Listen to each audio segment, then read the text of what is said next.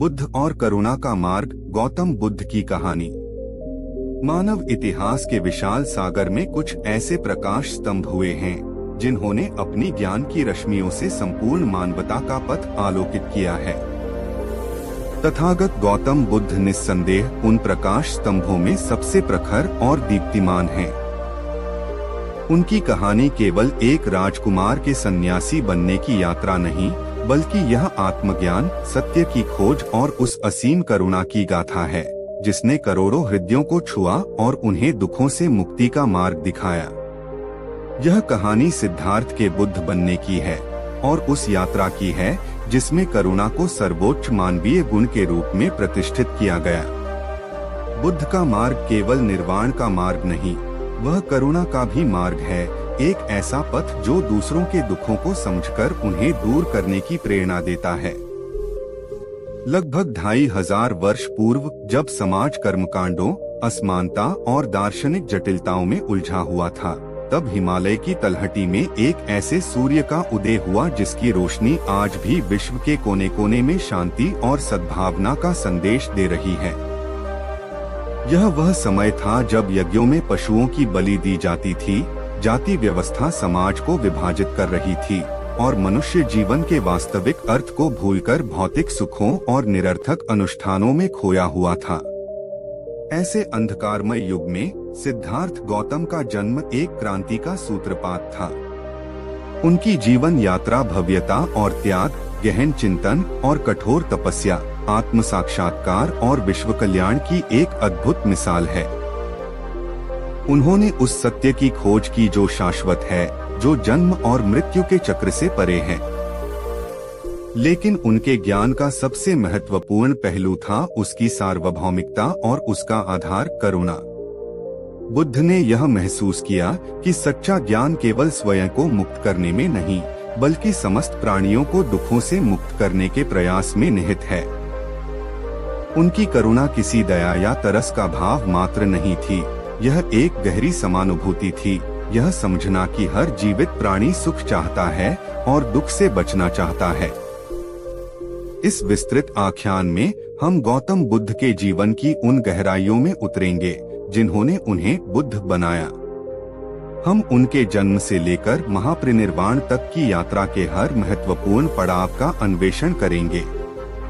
हम देखेंगे कि कैसे एक वैभवशाली राजकुमार जो संसार के दुखों से अनभिज्ञ था, जीवन की कठोर सच्चाइयों से रूबरू होता है और सत्य की खोज में सब कुछ त्याग देता है। हम उनकी कठोर तपस्या, मार पर विजय और उस परम ज्ञान की प्राप्ति का वर्णन करेंगे जिसने उन्हें सम्यक संबुद्ध बनाया। और इस पूरी यात्रा के केंद्र में हम उस करुणा के धागे को पकड़कर चलेंगे जो उनके हर विचार, हर वचन और हर कर्म में बुना हुआ था। हम अंगुलिमाल जैसे क्रूर डाकू के हृदय परिवर्तन, किसागोतमी के पुत्र शोक का निवारण और एक उपेक्षित रोगी भिक्षु की स्वयं सेवा करने जैसी कहानियों के माध्यम से उनकी करुणा की शक्ति को समझेंगे। हम जातक कथाओं के माध्यम से उनके पूर्व जन्मों में भी प्राणियों के प्रति उनके असीम प्रेम और त्याग को देखेंगे। यह कहानी केवल गौतम बुद्ध के जीवन का दस्तावेजीकरण नहीं है, बल्कि यह उनके द्वारा दिखाए गए करुणा के मार्ग का एक गहन अध्ययन है। यह समझने का एक प्रयास है कि कैसे हम अपने जीवन में दया, प्रेम और सहिष्णुता को अपनाकर न केवल अपनी आंतरिक शांति को प्राप्त कर सकते हैं, बल्कि इस विश्व को एक बेहतर स्थान भी बना सकते हैं। बुद्ध का संदेश आज भी उतना ही प्रासंगिक है जितना वह 2500 साल पहले था, क्योंकि जब तक संसार में दुख है, तब तक करुणा का मार्ग ही उससे बाहर निकलने का एकमात्र रास्ता है। अध्याय 1, एक राजकुमार का जन्म और सुनहरे पिंजरे का जीवन। ईसा पूर्व 563 में वैशाख मास की पूर्णिमा का दिन था। हिमालय की गोद में बसे शाक्य गणराज्य की राजधानी कपिलवस्तु के निकट लुम्बिनी के मनोरम वन में प्रकृति जैसे किसी दिव्य आगमन की प्रतीक्षा में सजी हुई थी। साल के वृक्ष फूलों से लदे थे और हवा में एक अनूठी सुगंध व्याप्त थी। इसी पावन बेला में शाक्य नरेश शुद्धोधन की पत्नी महारानी महामाया ने एक पुत्र को जन्म दिया। शिशु के मुख पर एक अद्भुत तेज था और उसके जन्म के साथ ही चारों ओर एक दिव्य प्रकाश फैल गया। इस शिशु का नाम सिद्धार्थ गौतम रखा गया। सिद्धार्थ का जन्म साधारण नहीं था। कथाओं के अनुसार उनके जन्म के समय देवताओं ने पुष्प वर्षा की थी और पृथ्वी भी आनंद से झूम उठी थी। जन्म के कुछ समय पश्चात महान तपस्वी असित मुनि शिशु को देखने राजमहल आए। शिशु के शरीर पर 32 महापुरुषों के लक्षण देखकर उनकी आंखों में आंसू आ गए। राजा शुद्धोधन ने जब इसका कारण पूछा तो असित मुनि ने कहा, राजन, मैं अपने लिए रो रहा हूँ।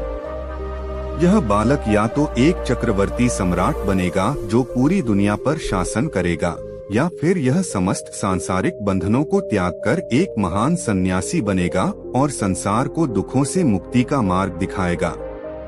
मैं इसकी दूसरी संभावना को देखकर हर्षित हूँ, परंतु दुखी इसलिए हूँ कि मैं इस दिव्य ज्ञान को सुनने के लिए जीवित नहीं रहूंगा। 2. यह भविष्यवाणी राजा शुद्धोधन के मन में कांटे की तरह चुभ गई। वे अपने पुत्र को एक महान सम्राट के रूप में देखना चाहते थे, एक सन्यासी के रूप में नहीं। सिद्धार्थ के जन्म के 7 दिन बाद ही महारानी महामाया का निधन हो गया और उनका पालन पोषण उनकी छोटी बहन और सिद्धार्थ की मौसी महाप्रजापति गौतमी ने अपनी संतान की तरह किया। 3. राजा शुद्धोधन ने यह सुनिश्चित करने के लिए हर संभव प्रयास किया कि सिद्धार्थ का सामना जीवन के किसी भी दुख या कठोर वास्तविकता से न हो। उन्होंने सिद्धार्थ के लिए 3 ऋतुओं के अनुकूल 3 भव्य महल बनवा दिए, एक ग्रीष्म के लिए, एक वर्षा के लिए और एक शीत ऋतु के लिए। ये महल हर प्रकार की सुख सुविधाओं और विलासिता से परिपूर्ण थे। उद्यान, सरोवर, संगीत, नृत्य और मनोरंजन के सभी साधन वहां उपलब्ध थे। दास दासियां हर समय उनकी सेवा में तत्पर रहते थे। राजा ने महल के चारों ओर ऐसी व्यवस्था कर दी थी कि कोई भी वृद्ध, रोगी या मृत व्यक्ति सिद्धार्थ की दृष्टि में न आ सके। उनका उद्देश्य सिद्धार्थ को एक ऐसे सुनहरे पिंजरे में रखना था जहां केवल सुख, सौंदर्य और यौवन का ही वास हो। 4. सिद्धार्थ एक विलक्षण बालक थे। वे बचपन से ही अत्यंत दयालु और करुणा से भरे हुए थे। 4. उनका हृदय किसी भी प्राणी के दुख को देखकर द्रवित हो जाता था। एक प्रसिद्ध कथा के अनुसार एक बार उनके चचेरे भाई देवदत्त ने तीर से एक हंस को घायल कर दिया। हंस तड़पता हुआ सिद्धार्थ के बगीचे में आ गिरा। सिद्धार्थ ने तुरंत उस हंस को उठाया, उसके शरीर से तीर निकाला, उसका घाव साफ किया और उसे पानी पिलाया। जब देवदत्त अपना शिकार मांगने आया तो सिद्धार्थ ने हंस देने से इनकार कर दिया। उन्होंने कहा, इस हंस के प्राण मैंने बचाए हैं, इसलिए इस पर मेरा अधिकार है। मारने वाले से बचाने वाला बड़ा होता है। यह विवाद राजा शुद्धोधन तक पहुंचा, जिन्होंने सिद्धार्थ के तर्क को सही माना और हंस उन्हें ही सौंप दिया। 5. यह घटना सिद्धार्थ के हृदय में छिपी असीम करुणा का प्रारंभिक प्रमाण थी। उनकी शिक्षा दीक्षा राजकुमारों के अनुरूप ही हुई। उन्होंने गुरु विश्वामित्र से वेद, उपनिषद और युद्ध विद्या की शिक्षा प्राप्त की। वे हर कला में निपुण थे, चाहे वह शास्त्र हो या शस्त्र। 5. परंतु उनका मन इन सांसारिक उपलब्धियों में नहीं रमता था। अक्सर वे एकांत में बैठकर गहरे चिंतन में डूब जाते थे। जीवन, मृत्यु और संसार की प्रकृति जैसे प्रश्न उनके मन को बेचैन करते थे। राजा शुद्धोधन अपने पुत्र के इस वैराग्य भाव से चिंतित रहते थे। उन्हें ऋषि असित की भविष्यवाणी बार बार याद आती थी। सिद्धार्थ को सांसारिक जीवन में बांधने के उद्देश्य से उन्होंने 16 वर्ष की आयु में उनका विवाह एक अत्यंत रूपवती और गुणी राजकुमारी यशोधरा से करवा दिया। 6. यशोधरा के साथ सिद्धार्थ का वैवाहिक जीवन सुखमय था। समय आने पर उन्हें एक पुत्र की प्राप्ति हुई, जिसका नाम राहुल रखा गया। 6-7 राजा को लगा कि अब सिद्धार्थ पत्नी और पुत्र के प्रेम के बंधन में बंधकर राजकाज में मन लगाएंगे और उनके सन्यासी बनने का भय टल जाएगा। सिद्धार्थ अपने परिवार से प्रेम करते थे। वे एक आदर्श पति और पिता के कर्तव्यों का निर्वहन कर रहे थे। लेकिन महल की ऊंची दीवारें, विलासिता के साधन, यशोधरा का प्रेम और राहुल का बालसुलभ मोह भी उनके मन में उठ रहे प्रश्नों को शांत नहीं कर सका। उन्हें यह एहसास होता था कि यह सुख, यह सौंदर्य, यह यौवन स्थायी नहीं है। वे जानते थे कि इस सुनहरे पिंजरे के बाहर एक और दुनिया है, एक ऐसी दुनिया जिसकी सच्चाइयों से उन्हें दूर रखा जा रहा था। उनके भीतर का सत्य खोजी अब और अधिक समय तक बंद कर रहने को तैयार नहीं था। वह उस अदृश्य दीवार को लांघकर जीवन के वास्तविक स्वरूप को देखने के लिए आतुर था। अध्याय 2-4 दृश्य और महाभिनिष्क्रमण। लगभग 13 वर्षों तक सिद्धार्थ ने अपनी पत्नी यशोधरा और पुत्र राहुल के साथ एक संरक्षित और वैभवपूर्ण जीवन व्यतीत किया। राजा शुद्धोधन को यह विश्वास होने लगा था कि अब उनका पुत्र सांसारिक मोहमाया में पूरी तरह रम चुका है और भविष्यवाणी का संकट टल गया है। परंतु विधाता ने तो कुछ और ही रच रखा था। सिद्धार्थ के मन की बेचैनी कम होने के बजाय बढ़ती जा रही थी। वह उस संसार को देखना चाहते थे जो महल की सीमाओं के परे था। एक दिन उन्होंने अपने सारथी चन्ना से नगर भ्रमण की इच्छा व्यक्त की। राजा ने मन मारकर अनुमति तो दे दी, परंतु साथ ही यह आदेश भी दिया कि राजकुमार के मार्ग को इस तरह सजाया जाए कि उन्हें कोई भी अप्रिय दृश्य दिखाई न दे। सड़कों को साफ कर दिया गया और केवल स्वस्थ और युवा लोगों को ही बाहर निकलने की आज्ञा दी गई। रथ पर सवार होकर राजकुमार सिद्धार्थ पहली बार अपने राज्य हो या शस्त्र 5, परंतु उनका मन इन सांसारिक उपलब्धियों में नहीं रमता था। अक्सर वे एकांत में बैठकर गहरे चिंतन में डूब जाते थे। जीवन, मृत्यु और संसार की प्रकृति जैसे प्रश्न उनके मन को बेचैन करते थे। राजा शुद्धोधन अपने पुत्र के इस वैराग्य भाव से चिंतित रहते थे। उन्हें ऋषि असित की भविष्यवाणी बार बार याद आती थी। सिद्धार्थ को सांसारिक जीवन में बांधने के उद्देश्य से उन्होंने 16 वर्ष की आयु में उनका विवाह एक अत्यंत रूपवती और गुणी राजकुमारी यशोधरा से करवा दिया। 6 यशोधरा के साथ सिद्धार्थ का वैवाहिक जीवन सुखमय था। समय आने पर उन्हें एक पुत्र की प्राप्ति हुई, जिसका नाम राहुल रखा गया। 6-7 राजा को लगा कि अब सिद्धार्थ पत्नी और पुत्र के प्रेम के बंधन में बंधकर राजकाज में मन लगाएंगे और उनके सन्यासी बनने का भय टल जाएगा। सिद्धार्थ अपने परिवार से प्रेम करते थे। वे एक आदर्श पति और पिता के कर्तव्यों का निर्वहन कर रहे थे। लेकिन महल की ऊंची दीवारें, विलासिता के साधन, यशोधरा का प्रेम और राहुल का बालसुलभ मोह भी उनके मन में उठ रहे प्रश्नों को शांत नहीं कर सका। उन्हें यह एहसास होता था कि यह सुख, यह सौंदर्य, यह यौवन स्थायी नहीं है। वे जानते थे कि इस सुनहरे पिंजरे के बाहर एक और दुनिया है, एक ऐसी दुनिया जिसकी सच्चाइयों से उन्हें दूर रखा जा रहा था। उनके भीतर का सत्य खोजी अब और अधिक समय तक बंद कर रहने को तैयार नहीं था। वह उस अदृश्य दीवार को लांघकर जीवन के वास्तविक स्वरूप को देखने के लिए आतुर था। अध्याय 2-4 दृश्य और महाभिनिष्क्रमण। लगभग 13 वर्षों तक सिद्धार्थ ने अपनी पत्नी यशोधरा और पुत्र राहुल के साथ एक संरक्षित और वैभवपूर्ण जीवन व्यतीत किया। राजा शुद्धोधन को यह विश्वास होने लगा था कि अब उनका पुत्र सांसारिक मोहमाया में पूरी तरह रम चुका है और भविष्यवाणी का संकट टल गया है। परंतु विधाता ने तो कुछ और ही रच रखा था। सिद्धार्थ के मन की बेचैनी कम होने के बजाय बढ़ती जा रही थी। वह उस संसार को देखना चाहते थे जो महल की सीमाओं के परे था। एक दिन उन्होंने अपने सारथी चन्ना से नगर भ्रमण की इच्छा व्यक्त की। राजा ने मन मारकर अनुमति तो दे दी, परंतु साथ ही यह आदेश भी दिया कि राजकुमार के मार्ग को इस तरह सजाया जाए कि उन्हें कोई भी अप्रिय दृश्य दिखाई न दे।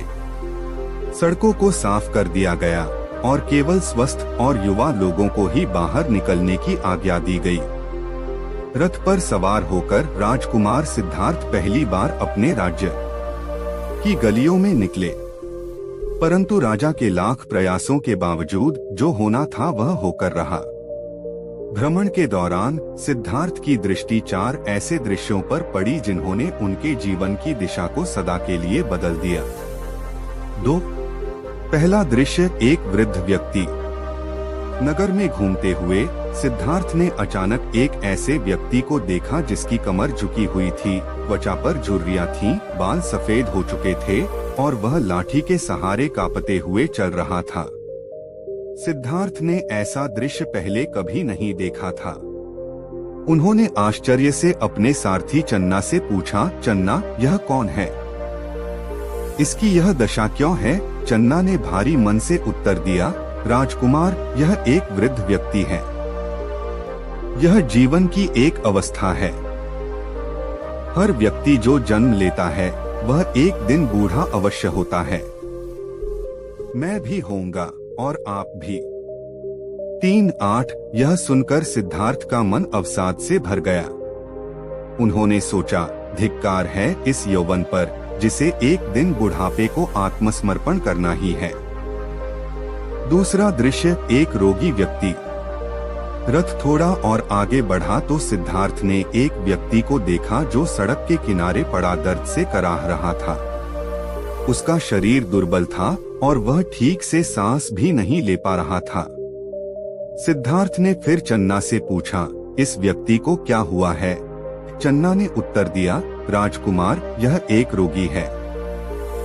रोग किसी को भी कभी भी घेर सकता है। यह शरीर रोगों का घर है। सिद्धार्थ यह सुनकर और भी व्यथित हो गए। उन्हें एहसास हुआ कि स्वास्थ्य भी क्षणभंगुर है और कोई भी व्यक्ति रोग के कष्ट से अछूता नहीं है। तीसरा दृश्य, एक मृत शरीर। कुछ दूर जाने पर उन्होंने देखा कि 4 लोग एक अर्थी पर एक व्यक्ति के शरीर को ले जा रहे हैं और उनके पीछे कुछ लोग विलाप करते हुए चल रहे हैं। सिद्धार्थ ने चन्ना से पूछा, यह क्या हो रहा है? यह व्यक्ति इस तरह शांत क्यों लेटा है और लोग क्यों रो रहे हैं? चन्ना ने दुख भरे स्वर में कहा, राजकुमार, यह एक मृत शरीर है। इस व्यक्ति का जीवन समाप्त हो गया है। यही जीवन का अंतिम सत्य है।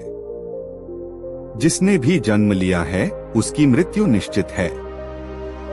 कोई भी इससे बच नहीं सकता। 3 इस दृश्य ने सिद्धार्थ को भीतर तक झकझोर दिया। उन्हें यह बोध हुआ कि जीवन, यौवन, स्वास्थ्य सब कुछ नश्वर है और अंत में मृत्यु ही एकमात्र ध्रुव सत्य है। चौथा दृश्य, एक सन्यासी। इन 3 दृश्यों को देखकर सिद्धार्थ का मन संसार से पूरी तरह विरक्त हो चुका था। वे महल की ओर लौट रहे थे कि तभी उनकी दृष्टि एक शांत, सौम्य और तेजस्वी व्यक्ति पर पड़ी। उसने गेरुआ वस्त्र धारण किया हुआ था, सिर मुंडा हुआ था और वह शांत भाव से भिक्षा के लिए विचरण कर रहा था। उसके चेहरे पर न कोई चिंता थी, न कोई भय, बल्कि एक अद्भुत शांति और संतोष का भाव था। सिद्धार्थ ने चन्ना से पूछा, यह कौन है जो इतना शांत और निर्लिप्त प्रतीत हो रहा है? चन्ना ने बताया, राजकुमार, यह एक सन्यासी है। इसने संसार के सुखों और दुखों का त्याग कर दिया है और अब यह सत्य और शांति की खोज में जीवन व्यतीत कर रहा है। 2:8 उस सन्यासी को देखकर सिद्धार्थ के मन में एक नई आशा का संचार हुआ। उन्हें लगा कि यही वह मार्ग है जो उन्हें बुढ़ापे, बीमारी और मृत्यु के दुखों से पार ले जा सकता है। उन्हें अपने सभी प्रश्नों का उत्तर इसी मार्ग पर चलकर मिल सकता है। उस रात सिद्धार्थ महल लौटे, पर उनका मन अब महल में नहीं था। संसार का वैभव, राजसी सुख और पारिवारिक बंधन उन्हें व्यर्थ लगने लगे। 9 उन्होंने एक कठोर निर्णय लिया। उसी रात जब उनकी पत्नी यशोधरा और पुत्र राहुल गहरी नींद में सो रहे थे, सिद्धार्थ ने अंतिम बार उन्हें स्नेह से देखा। 7-10 उनके मन में मोह का एक क्षण आया। वे अपने पुत्र को गले लगाना चाहते थे, पर उन्हें भय था कि कहीं यशोधरा जाग न जाए और उनके मार्ग में बाधा न बन जाए। 9 असीम करुणा से भरे हुए उन्होंने केवल अपनी पत्नी और पुत्र के लिए ही नहीं, बल्कि समस्त संसार के प्राणियों को दुखों से मुक्त कराने के लिए गृह त्याग का संकल्प लिया। 29 वर्ष की आयु में सिद्धार्थ ने अपने प्रिय घोड़े कंथक और सारथी चन्ना के साथ चुपचाप महल छोड़ दिया। अनोमा नदी के तट पर पहुंचकर उन्होंने अपने राजसी वस्त्र और आभूषण उतार दिए, अपनी तलवार से अपने केश काट दिए और उन्हें चन्ना को सौंपकर महल लौट जाने का आदेश दिया। 12 इस प्रकार एक राजकुमार ने सत्य की खोज के लिए सन्यासी का बाना धारण कर लिया। बौद्ध इतिहास में इस महान त्याग की घटना को महाभिनिष्क्रमण के नाम से जाना जाता है। 10-12 यह केवल एक महल का त्याग नहीं था, बल्कि उस संपूर्ण जीवन शैली का त्याग था जो दुख की वास्तविकताओं पर पर्दा डालती थी। यह करुणा से प्रेरित एक यात्रा का आरंभ था, जिसका उद्देश्य संपूर्ण मानवता का कल्याण करना था। अध्याय 3 सत्य की खोज और कठोर तपस्या। राजसी वैभव और पारिवारिक स्नेह को पीछे छोड़कर सिद्धार्थ अब सत्य की खोज में एक साधारण परिव्राजक बन चुके थे। उनका एकमात्र लक्ष्य था उस शाश्वत सत्य को जानना जो जन्म, जरा, बुढ़ापा, व्याधि, रोग और मृत्यु के चक्र से परे हैं। ज्ञान की अपनी इस यात्रा में वह सबसे पहले वैशाली पहुँचे और वहाँ के प्रसिद्ध सांख्य दार्शनिक आलार कालाम के शिष्य बन गए। 4 उन्होंने आलार कालाम से ध्यान की उच्च अवस्थाओं को सीखा और जल्द ही उन सभी विद्याओं में पारंगत हो गए जो उनके गुरु जानते थे। उन्होंने अकिंचन्यायतन, शून्यता का क्षेत्र नामक ध्यान की 7वीं अवस्था तक को प्राप्त कर लिया। आलार कालाम अपने इस असाधारण शिष्य की प्रगति से इतने प्रभावित हुए कि उन्होंने सिद्धार्थ को अपने बराबर का आसन और अपने संप्रदाय का नेतृत्व संभालने का प्रस्ताव दिया। परंतु सिद्धार्थ को संतोष नहीं हुआ। उन्हें लगा कि यह ज्ञान पूर्ण नहीं है, यह दुखों का स्थायी अंत नहीं है। अतः उन्होंने विनम्रता पूर्वक अपने गुरु को धन्यवाद दिया और आगे की यात्रा पर निकल पड़े। 13 इसके बाद वे राजगृह गए और वहां उद्दक रामपुत्र नामक एक और प्रसिद्ध योगी के शिष्य बने। 4 उद्दक रामपुत्र से उन्होंने ध्यान की सर्वोच्च अवस्था नैव संज्ञाना संज्ञायतन, न चेतना न अचेतना का क्षेत्र को सिद्ध किया। यह उस समय की ज्ञात यौगिक परंपरा की उच्चतम उपलब्धि थी। परंतु यहाँ भी सिद्धार्थ की ज्ञान पिपासा शांत नहीं हुई। उन्हें यह बोध हुआ कि ये ध्यान की अवस्थाएं मन को अस्थायी शांति तो दे सकती हैं, किंतु यह दुखों के मूल कारण का नाश नहीं कर सकती। यह निर्वाण का मार्ग नहीं है। अतः उन्होंने उद्दक रामपुत्र को भी छोड़ दिया और अकेले ही अपनी खोज जारी रखी।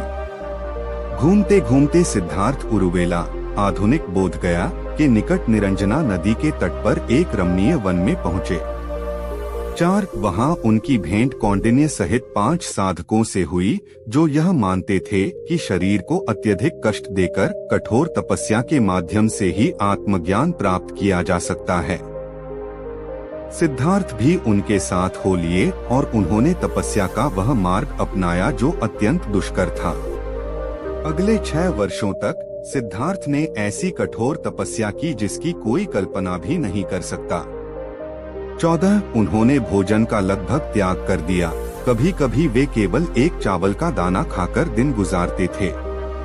उनका शरीर सूखकर कांटा हो गया, त्वचा हड्डियों से चिपक गई और नसें स्पष्ट दिखाई देने लगी। 15 वे कड़कड़ाती ठंड, चिलचिलाती धूप और मूसलाधार बारिश की परवाह किए बिना ध्यान में लीन रहते। उन्होंने सांसों को रोकने जैसी कठिन यौगिक क्रियाएं की, जिससे उनके सिर और पेट में असहनीय पीड़ा होती थी। उन्होंने अपने मन को वश में करने के लिए हर संभव शारीरिक कष्ट सहा। उनका शरीर इतना क्षीण हो गया था कि वे मृत्यु के बहुत निकट पहुंच गए थे। 2. उनके 5 साथी उनकी इस दृढ़ता और तपस्या को देखकर बहुत प्रभावित थे और उन्हें विश्वास था कि सिद्धार्थ शीघ्र ही ज्ञान प्राप्त कर लेंगे। एक दिन जब सिद्धार्थ अत्यंत दुर्बलता के कारण निरंजना नदी में स्नान करने के बाद बाहर निकलते हुए मूर्छित होकर गिर पड़े तो उन्हें एक महत्वपूर्ण बोध हुआ। उन्हें समझ आया कि शरीर को इतना अधिक कष्ट देना भी एक अति है। जैसे वीणा के तारों को बहुत अधिक कसने पर वे टूट जाते हैं और बहुत ढीला छोड़ने पर उनसे संगीत नहीं निकलता, उसी प्रकार शरीर को अत्यधिक पीड़ा देने से भी सत्य का साक्षात्कार नहीं हो सकता। ज्ञान प्राप्ति के लिए शरीर का स्वस्थ रहना आवश्यक है। उन्हें मध्यम मार्ग का आभास हुआ, न तो अत्यधिक भोगविलास का मार्ग और न ही अत्यधिक आत्मपीड़ा का मार्ग। 4:16 इसी समय पास के सेनानी गांव की एक स्त्री सुजाता अपनी मन्नत पूरी होने पर एक वटवृक्ष की पूजा करने के लिए सोने के पात्र में खीर लेकर आई। 16:17 उसने तपस्या के कारण अत्यंत क्षीण हो चुके सिद्धार्थ को देखा और उन्हें वृक्ष देवता समझकर बड़े आदर के साथ वह खीर अर्पित की। 18 सिद्धार्थ ने सुजाता का वह अर्पण स्वीकार किया और उस खीर को ग्रहण किया। 19 वर्षों बाद भोजन करने से उनके शरीर में एक नई ऊर्जा और शक्ति का संचार हुआ। परंतु उनके 5 साथियों ने जब यह देखा तो उन्हें लगा कि सिद्धार्थ अपने तपमार्ग से विचलित हो गए हैं और भोगविलास की ओर लौट गए हैं। वे उन्हें छोड़कर सारनाथ चले गए। 3. अब सिद्धार्थ अकेले रह गए थे।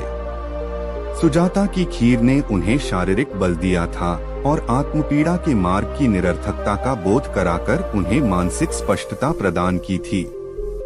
उन्होंने निश्चय किया कि अब वे शरीर को कष्ट देने के बजाय अपने मन की गहराइयों में उतरकर सत्य की खोज करेंगे।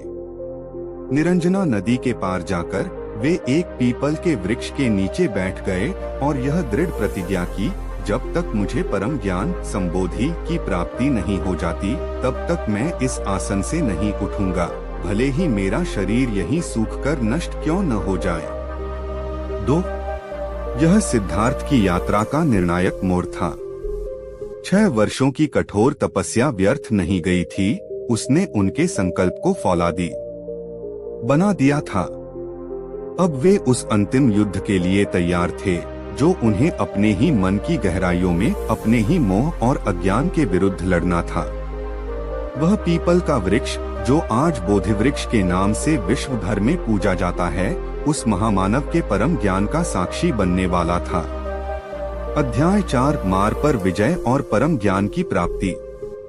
जब सिद्धार्थ पीपल वृक्ष के नीचे परम सत्य को पाने के दृढ़ संकल्प के साथ ध्यान में बैठे तो उनकी इस अदम्य इच्छा शक्ति ने ब्रह्मांड की नकारात्मक शक्तियों को चुनौती दे दी।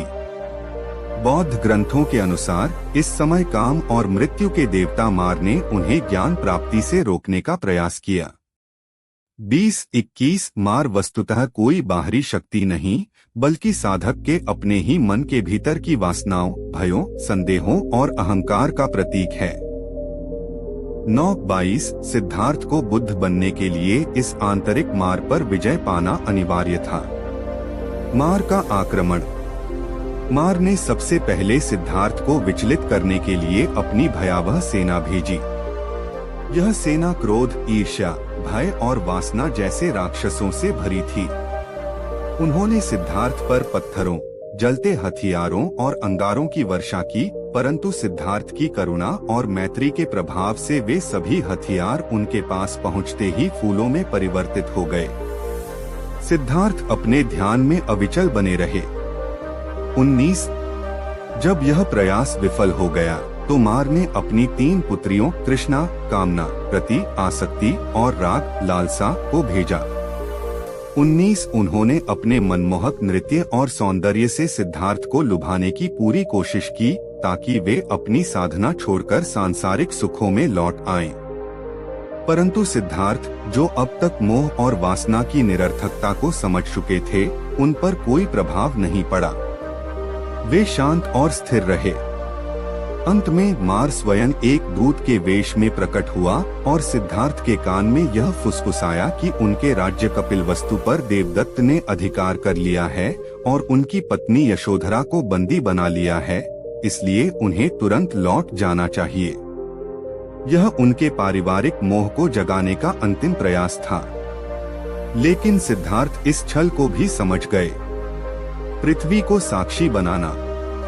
अंततः जब मार के सभी प्रयास विफल हो गए तो उसने सिद्धार्थ के ज्ञान प्राप्त करने के अधिकार को ही चुनौती दे दी।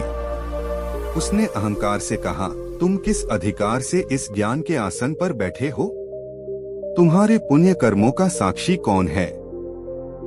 मेरे तो देवता और मेरी सेना साक्षी हैं। इस पर सिद्धार्थ ने कुछ कहा नहीं। उन्होंने केवल अपने दाहिने हाथ से आसन को स्पर्श करते हुए पृथ्वी की ओर संकेत किया। इसे भूमिस्पर्श मुद्रा कहा जाता है। 9 इसका अर्थ था कि यह पृथ्वी ही मेरे अनगिनत जन्मों के पुण्य कर्मों, मेरी पारमिताओं और मेरे त्याग की साक्षी है। कथाओं के अनुसार ऐसा करते ही पृथ्वी जोर से कांपी और पृथ्वी देवी प्रकट हुई, जिन्होंने सिद्धार्थ के अधिकार की पुष्टि की। इस दिव्य हस्तक्षेप को देखकर मार और उसकी सेना भयभीत होकर वहां से पलायन कर गई। 22 संबोधि की प्राप्ति। मार पर विजय वास्तव में सिद्धार्थ की अपने ही मन के विकारों पर विजय थी। अब उनके और परम सत्य के बीच कोई बाधा नहीं थी। उनका चित्त पूरी तरह से निर्मल और एकाग्र हो चुका था। उस वैशाख पूर्णिमा की रात ध्यान की गहन अवस्था में सिद्धार्थ के ज्ञानचक्षु खुल गए। रात्रि के प्रथम प्रहर में उन्हें अपने पूर्व जन्मों का पूरा ज्ञान प्राप्त हो गया। उन्होंने देखा कि वे किस प्रकार अनगिनत योनियों में जन्म लेते रहे हैं और कर्मों के अनुसार गति करते रहे हैं। रात्रि के दूसरे प्रहर में उन्हें सभी प्राणियों के जन्म और मृत्यु के चक्र का दिव्य ज्ञान, दिव्य चक्षु प्राप्त हुआ। उन्होंने देखा कि कैसे प्राणी अपने कर्मों के अनुसार अच्छी और बुरी गतियों को प्राप्त होते हैं। रात्रि के तीसरे और अंतिम प्रहर सिद्धार्थ अकेले रह गए थे। सुजाता की खीर ने उन्हें शारीरिक बल दिया था और आत्मपीड़ा के मार्ग की निरर्थकता का बोध कराकर उन्हें मानसिक स्पष्टता प्रदान की थी। उन्होंने निश्चय किया कि अब वे शरीर को कष्ट देने के बजाय अपने मन की गहराइयों में उतरकर सत्य की खोज करेंगे। निरंजना नदी के पार जाकर वे एक पीपल के वृक्ष के नीचे बैठ गए और यह दृढ़ प्रतिज्ञा की, जब तक मुझे परम ज्ञान संबोधि की प्राप्ति नहीं हो जाती, तब तक मैं इस आसन से नहीं उठूंगा, भले ही मेरा शरीर यहीं सूखकर नष्ट क्यों न हो जाए। 2 यह सिद्धार्थ की यात्रा का निर्णायक मोड़ था। 6 वर्षों की कठोर तपस्या व्यर्थ नहीं गई थी। उसने उनके संकल्प को फौलादी बना दिया था। अब वे उस अंतिम युद्ध के लिए तैयार थे जो उन्हें अपने ही मन की गहराइयों में अपने ही मोह और अज्ञान के विरुद्ध लड़ना था। वह पीपल का वृक्ष जो आज बोधि वृक्ष के नाम से विश्व भर में पूजा जाता है, उस महामानव के परम ज्ञान का साक्षी बनने वाला था। अध्याय 4 मार पर विजय और परम ज्ञान की प्राप्ति। जब सिद्धार्थ पीपल वृक्ष के नीचे परम सत्य को पाने के दृढ़ संकल्प के साथ ध्यान में बैठे तो उनकी इस अदम्य इच्छा शक्ति ने ब्रह्मांड की नकारात्मक शक्तियों को चुनौती दे दी। बौद्ध ग्रंथों के अनुसार इस समय काम और मृत्यु के देवता मार ने उन्हें ज्ञान प्राप्ति से रोकने का प्रयास किया। 20-21 मार वस्तुतः कोई बाहरी शक्ति नहीं बल्कि साधक के अपने ही मन के भीतर की वासनाओं, भयों, संदेहों और अहंकार का प्रतीक है। 9-22 सिद्धार्थ को बुद्ध बनने के लिए इस आंतरिक मार पर विजय पाना अनिवार्य था। मार का आक्रमण। मार ने सबसे पहले सिद्धार्थ को विचलित करने के लिए अपनी भयावह सेना भेजी। यह सेना क्रोध, ईर्ष्या, भय और वासना जैसे राक्षसों से भरी थी। उन्होंने सिद्धार्थ पर पत्थरों, जलते हथियारों और अंगारों की वर्षा की, परंतु सिद्धार्थ की करुणा और मैत्री के प्रभाव से वे सभी हथियार उनके पास पहुंचते ही फूलों में परिवर्तित हो गए। सिद्धार्थ अपने ध्यान में अविचल बने रहे। 19 जब यह प्रयास विफल हो गया तो मार ने अपनी 3 पुत्रियों तृष्णा, कामना, रति, आसक्ति और राग, लालसा को भेजा। 19 उन्होंने अपने मनमोहक नृत्य और सौंदर्य से सिद्धार्थ को लुभाने की पूरी कोशिश की ताकि वे अपनी साधना छोड़कर सांसारिक सुखों में लौट आएं। परंतु सिद्धार्थ, जो अब तक मोह और वासना की निरर्थकता को समझ चुके थे, उन पर कोई प्रभाव नहीं पड़ा। वे शांत और स्थिर रहे।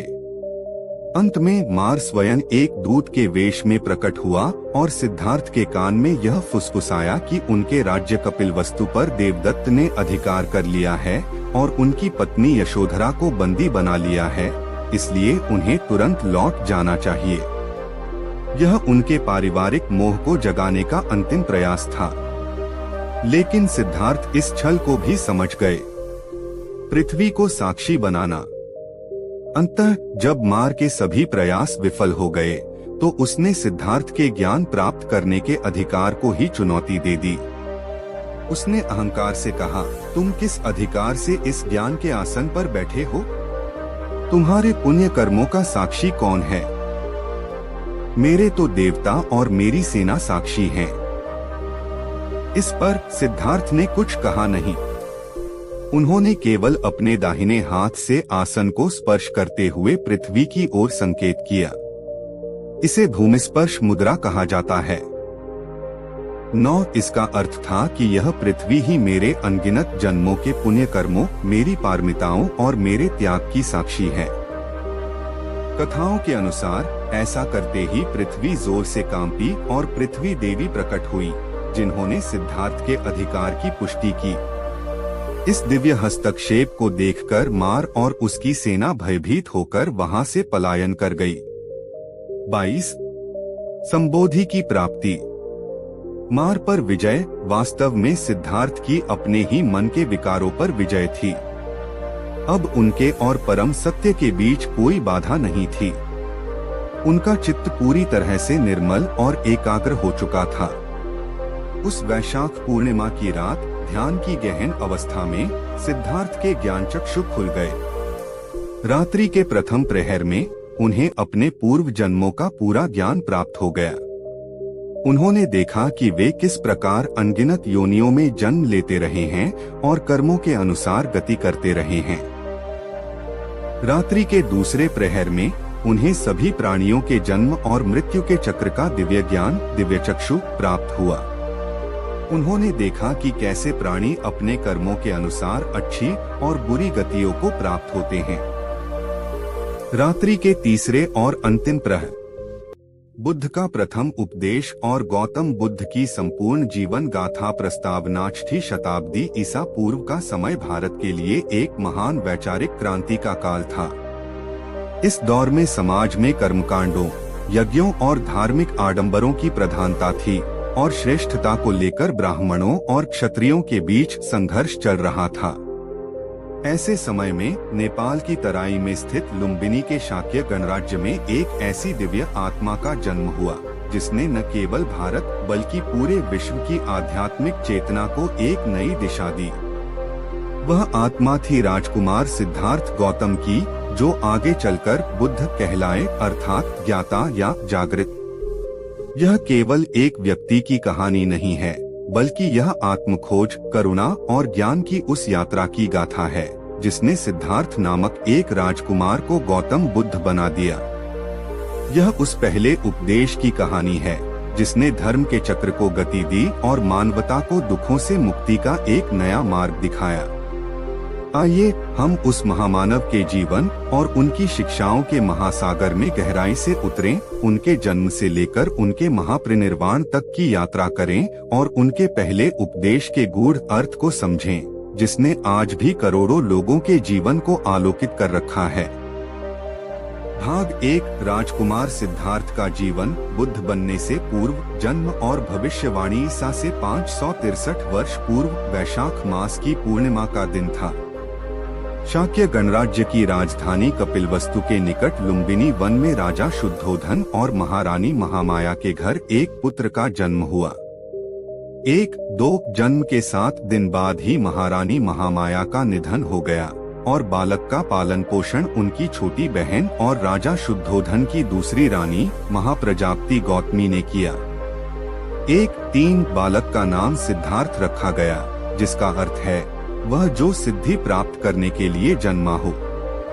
4 उनके जन्म पर राजा शुद्धोधन ने राज्य के प्रसिद्ध ऋषियों और ज्योतिषियों को आमंत्रित किया।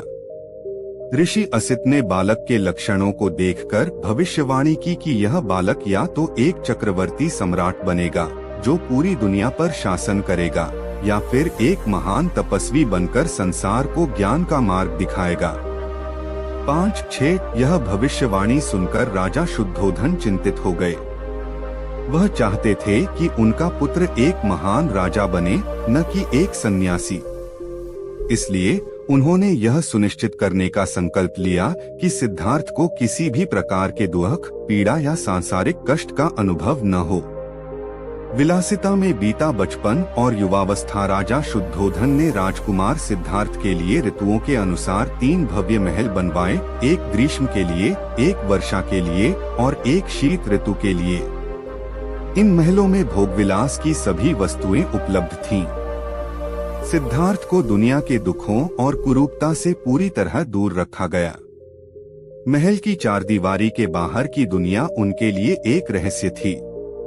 उन्हें वेद, उपनिषद के साथ साथ राजकाज और युद्ध विद्या की भी शिक्षा दी गई। कुश्ती, घुड़दौड़ और तीरंदाजी में कोई उनकी बराबरी नहीं कर सकता था। 3 सिद्धार्थ बचपन से ही अत्यंत करुण हृदय और चिंतनशील स्वभाव के थे। वह किसी भी प्राणी को पीड़ा में नहीं देख सकते थे। एक कथा के अनुसार उनके चचेरे भाई देवदत्त ने एक हंस को अपने तीर से घायल कर दिया। सिद्धार्थ ने उस घायल हंस की सेवा की और उसके प्राण बचाए। 3 इससे उनके भीतर छिपी करुणा का पता चलता है। 16 वर्ष की आयु में उनका विवाह एक अत्यंत सुंदर राजकुमारी यशोधरा से कर दिया गया। 3 कुछ समय बाद उनके घर एक पुत्र का जन्म हुआ, जिसका नाम राहुल रखा गया। 3-5 राजा शुद्धोधन को लगा कि विवाह और पुत्र के बंधन सिद्धार्थ को सांसारिक जीवन में बांधे रखेंगे और वह कभी भी संन्यास के मार्ग पर नहीं जाएंगे। लेकिन विधाता को कुछ और ही मंजूर था। जीवन को बदलने वाले 4 दृश्यमान सुख सुविधाओं और ऐश्वर्य के बीच भी सिद्धार्थ का मन बेचैन रहता था। वह महल की दीवारों के बाहर की दुनिया को देखने के लिए उत्सुक थे। अपने सारथी छन्न के साथ वह नगर भ्रमण के लिए निकले। इन यात्राओं ने उनके जीवन की दिशा हमेशा के लिए बदल दी। एक वृद्ध व्यक्ति पहली बार नगर भ्रमण पर उन्होंने एक ऐसे व्यक्ति को देखा जिसकी कमर झुकी हुई थी, त्वचा पर झुर्रियां थीं और वह लाठी के सहारे कांपते हुए चल रहा था। सिद्धार्थ ने ऐसा दृश्य पहले कभी नहीं देखा था। उन्होंने छन्न से पूछा, यह कौन है और इसकी यह दशा क्यों है? छन्न ने उत्तर दिया, राजकुमार, यह एक वृद्ध व्यक्ति है। हर व्यक्ति जो जन्म लेता है एक दिन बूढ़ा होता है। यह जीवन का सत्य है। यह सुनकर सिद्धार्थ का मन विचलित हो गया। एक रोगी अपनी दूसरी यात्रा में उन्होंने एक व्यक्ति को देखा जो पीड़ा से कराह रहा था और गंभीर रूप से बीमार था। उन्होंने फिर छन्न से पूछा और उत्तर मिला, यह एक रोगी है। शरीर बीमारियों का घर है और कोई भी कभी भी बीमार पड़ सकता है। इस दृश्य ने सिद्धार्थ की बेचैनी और बढ़ा दी। एक मृत शरीर। तीसरी बार उन्होंने देखा कि कुछ लोग एक अर्थी पर एक शव को ले जा रहे थे और उनके पीछे विलाप करते हुए परिजन चल रहे थे। छन्न ने समझाया, राजकुमार, यह एक मृत व्यक्ति है। जो भी इस दुनिया में आया है उसे एक दिन मरना ही है।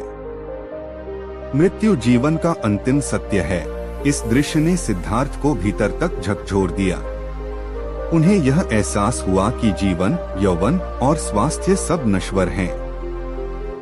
एक सन्यासी अपनी चौथी और अंतिम यात्रा पर उन्होंने एक शांत और तेजस्वी सन्यासी को देखा जिसने भगवा वस्त्र धारण कर रखे थे।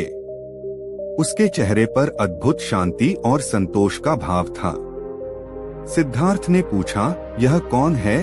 छन्न ने बताया, यह एक सन्यासी है जिसने संसार के दुखों का त्याग कर दिया है और सत्य की खोज में लगा हुआ है। 5-6 इन 4 दृश्यों ने सिद्धार्थ के मन पर गहरा प्रभाव डाला। 5 उन्हें समझ आ गया कि राजमहल की विलासिता एक भ्रम है और जीवन का असली सत्य जन्म, बुढ़ापा, बीमारी और मृत्यु का दुहक है।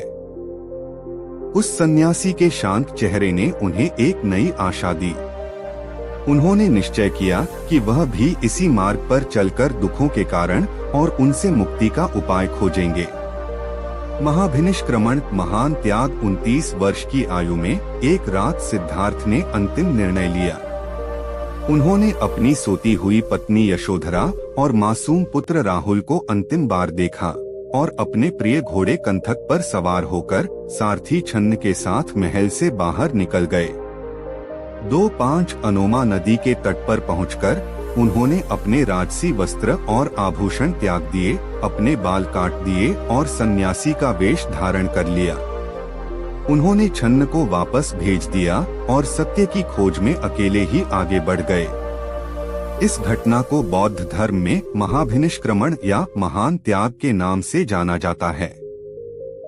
भाग 2, ज्ञान की खोज और बुद्धत्व की प्राप्ति। गुरुओं की शरण और कठोर तपस्या। सन्यासी बनने के बाद सिद्धार्थ ज्ञान की तलाश में भारत के विभिन्न हिस्सों में भटके। वह सबसे पहले उस समय के 2 प्रसिद्ध गुरुओं आलार कालाम और उद्दक रामपुत के पास गए। साथ उन्होंने उनसे योग और ध्यान की उच्च अवस्थाओं का ज्ञान प्राप्त किया, लेकिन उनके मन को शांति नहीं मिली। उनके प्रश्नों का उत्तर, दुख का मूल कारण क्या है और इसका अंत कैसे हो सकता है, अभी भी अनसुलझा था। इसके बाद वह गया के निकट उरुवेला नामक स्थान पर पहुँचे, जहां उन्हें कौंडिन्य सहित 5 अन्य तपस्वी मिले। इन 5 तपस्वियों के साथ मिलकर सिद्धार्थ ने कठोर तपस्या का मार्ग अपनाया। उन्होंने शरीर को अत्यधिक कष्ट देना शुरू कर दिया। वह कई दिनों तक बिना भोजन और पानी के ध्यान में लीन रहते। 6 वर्षों की इस कठोर तपस्या के कारण उनका शरीर हड्डियों का ढांचा मात्र रह गया। 6 लेकिन इतना कष्ट सहने के बाद भी उन्हें ज्ञान की प्राप्ति नहीं हुई। उन्हें यह बोध हुआ कि शरीर को अत्यधिक कष्ट देना भी उतना ही व्यर्थ है जितना कि सांसारिक भोगविलास में लिप्त रहना।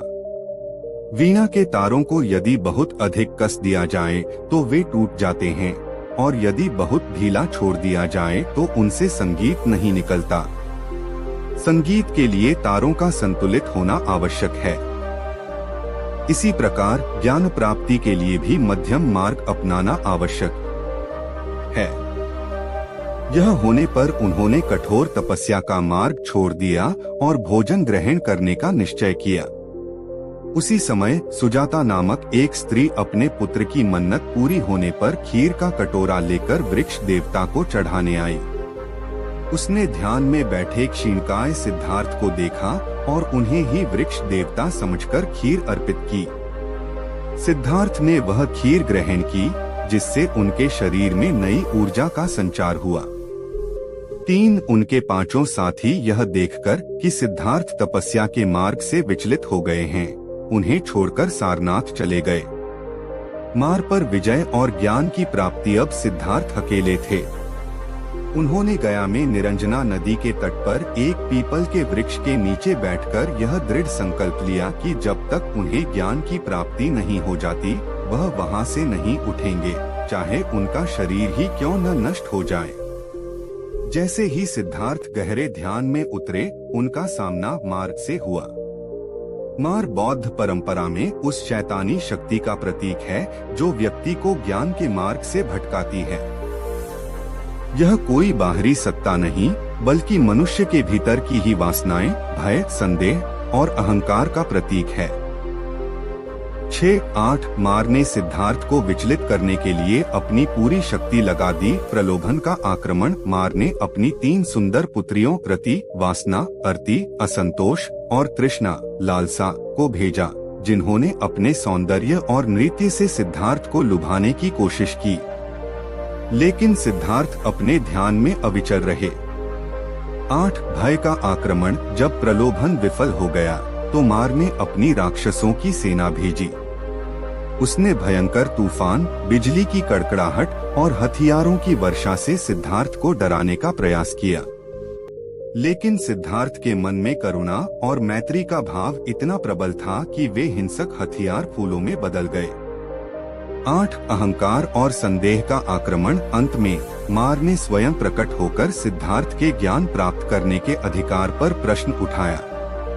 उसने कहा, तुम किस अधिकार से ज्ञान प्राप्त करना चाहते हो?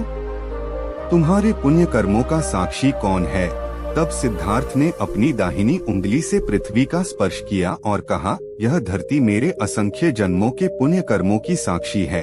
कहा जाता है कि उनके इस आह्वान पर पृथ्वी कांप उठी और स्वयं पृथ्वी देवी प्रकट हुई, जिन्होंने सिद्धार्थ की साधना की गवाही दी। मार की हार वास्तव में सिद्धार्थ की अपने ही मन के विकारों पर विजय थी। 2-6 इस विजय के बाद उनका चित्त पूरी तरह से निर्मल और एकाग्र हो गया। वैशाख पूर्णिमा की उसी रात उस पीपल वृक्ष के नीचे 35 वर्ष की आयु में सिद्धार्थ गौतम को परम ज्ञान यानी बोधि की प्राप्ति हुई। 5-6 उन्होंने जीवन और मृत्यु के चक्र, कर्म के नियम और दुखों के कारण तथा उनके निवारण का संपूर्ण सत्य जान लिया। उसी क्षण से वह सिद्धार्थ नहीं रहे, बल्कि बुद्ध बन गए, एक जागृत पुरुष। वह स्थान आज बोध गया और वह वृक्ष बोधि वृक्ष के नाम से प्रसिद्ध है। भाग 3 धर्मचक्र प्रवर्तन। प्रथम उपदेश। ज्ञान प्राप्त करने के बाद बुद्ध ने कई सप्ताह उसी बोधि वृक्ष के नीचे ध्यान की अवस्था में बिताए, अपने प्राप्त ज्ञान का मनन करते हुए। उनके मन में यह विचार आया कि यह ज्ञान अत्यंत गूढ़ और गहन है और सांसारिक वासनाओं में लिप्त लोग इसे शायद ही समझ पाएंगे। लेकिन फिर ब्रह्मा के आग्रह पर उन्होंने करुणावश अपने ज्ञान को जनवरी से जनवरी तक पहुंचाने का निश्चय किया। उन्होंने सबसे पहले अपने उन 5 पूर्व साथियों को उपदेश देने का विचार किया, जो उन्हें छोड़कर सारनाथ चले गए थे। बुद्ध बोधगया से पैदल चलकर वाराणसी के निकट ऋषिपत्तन, वर्तमान सारनाथ के मृगदा हिरणों का वन पहुँचे। 9-10 आषाढ़ मास की पूर्णिमा का दिन था। बुद्ध ने उन 5 तपस्वियों को संबोधित किया और अपना पहला उपदेश दिया। इसी पहले उपदेश को धर्मचक्र प्रवर्तन यानी धर्म के चक्र को गतिमान करना कहा जाता है। 1-9 यह उपदेश बौद्ध धर्म का मूल आधार बना। यह उपदेश उन्होंने उस समय की जनभाषा पाली में दिया ताकि आम लोग इसे आसानी से समझ सकें। 10 बुद्ध का यह पहला उपदेश 2 प्रमुख सिद्धांतों पर आधारित था, मध्यम मार्ग, मजजिमा प्रतिपदा, 4 आर्य सत्य, चत्वारि आर्य सत्यानि, 1। मध्यम मार्ग। बुद्ध ने अपने उपदेश की शुरुआत उन 2 अतियों या अतिवादी मार्गों की निरर्थकता बताकर की, जिनसे हर साधक को बचना चाहिए।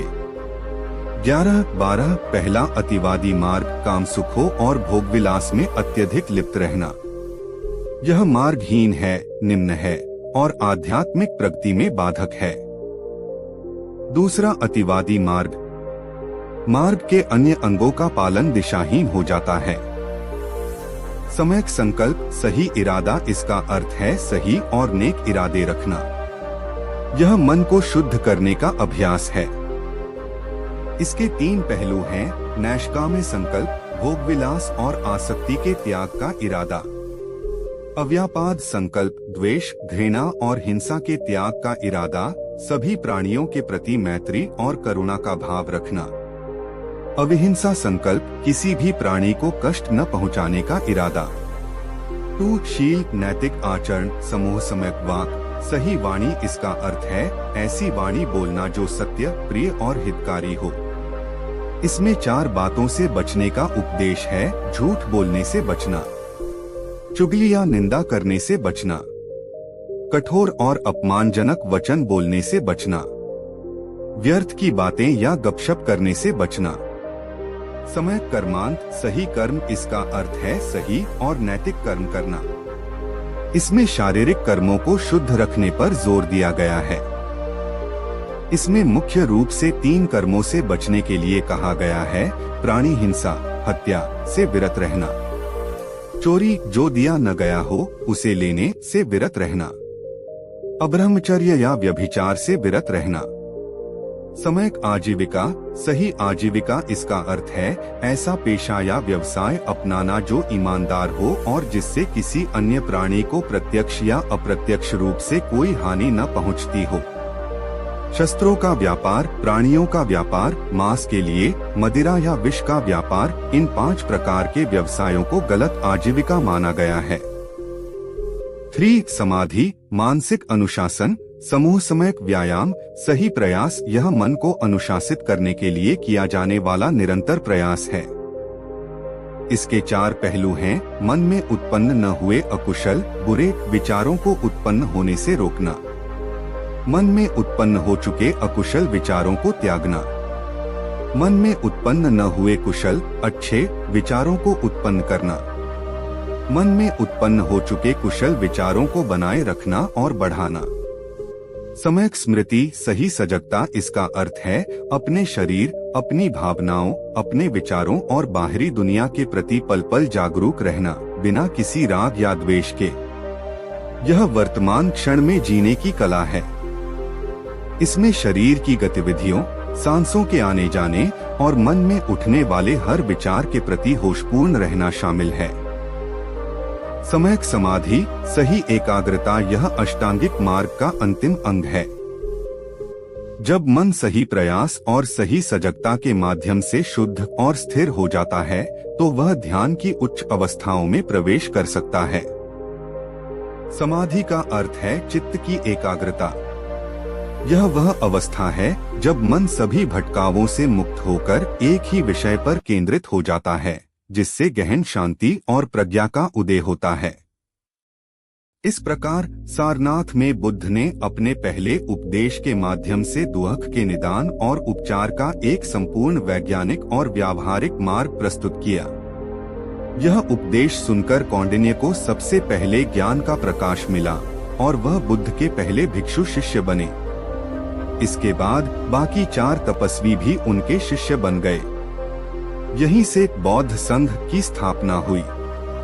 भाग 4, बुद्ध का शेष जीवन और महापरिनिर्वाण धर्म का प्रचार। अपने पहले उपदेश के बाद बुद्ध अगले 45 वर्षों तक उत्तर भारत के विभिन्न क्षेत्रों में पैदल यात्रा करते रहे और लोगों को अपने धर्म का उपदेश देते रहे। 2, उन्होंने किसी ईश्वर, आत्मा या अलौकिक शक्ति की सत्ता पर जोर नहीं दिया, बल्कि मनुष्य को अपने कर्मों और अपने मन को शुद्ध करने पर जोर दिया। उनका धर्म सरल, व्यावहारिक और तर्क पर आधारित था। उन्होंने समाज के सभी वर्गों, राजा, रंक, ब्राह्मण, शूद्र, स्त्री, पुरुष को बिना किसी भेदभाव के दीक्षा दी। उनके प्रिय शिष्यों में आनंद, सारिपुत्र, मोग्गल्लान और महाकश्यप प्रमुख थे। 7, आनंद उनके सबसे करीबी शिष्य थे जो 20 वर्षों तक उनकी सेवा में रहे। 7, आनंद के ही आग्रह पर बुद्ध ने महिलाओं को भी संघ में प्रवेश की अनुमति दी और उनकी विमाता महाप्रजापति गौतमी पहली भिक्षुणी बनी। 7, महापरिनिर्वाण 80 वर्ष की आयु में बुद्ध को यह आभास हो गया कि उनका अंतिम समय निकट है। वह अपने शिष्यों के साथ कुशीनगर पहुँचे। वहां उन्होंने अपना अंतिम उपदेश दिया। हे भिक्षुओं, सभी संस्कार, निर्मित वस्तुएं अनित्य हैं, नाशवान हैं। प्रमाद रहित होकर अपने लक्ष्य की प्राप्ति के लिए उद्योग करो। अपदीपो भव, अपना दीपक स्वयं बनो। इसके बाद वैशाख पूर्णिमा के दिन, उसी तिथि को जिस दिन उनका जन्म हुआ था और उन्हें ज्ञान प्राप्त हुआ था, बुद्ध ने महापरिनिर्वाण को प्राप्त किया। उपसंहार, गौतम बुद्ध की कहानी एक राजकुमार के भौतिक सुखों को त्याग कर आत्मज्ञान प्राप्त करने की कहानी मात्र नहीं है। यह मानवता को यह सिखाने की कहानी है कि हम अपने दुखों के निर्माता स्वयं हैं और हमारे भीतर ही उन दुखों से मुक्त होने की क्षमता भी है। उनका पहला उपदेश धर्मचक्र प्रवर्तन सूत्र केवल एक प्रवचन नहीं बल्कि एक क्रांति थी।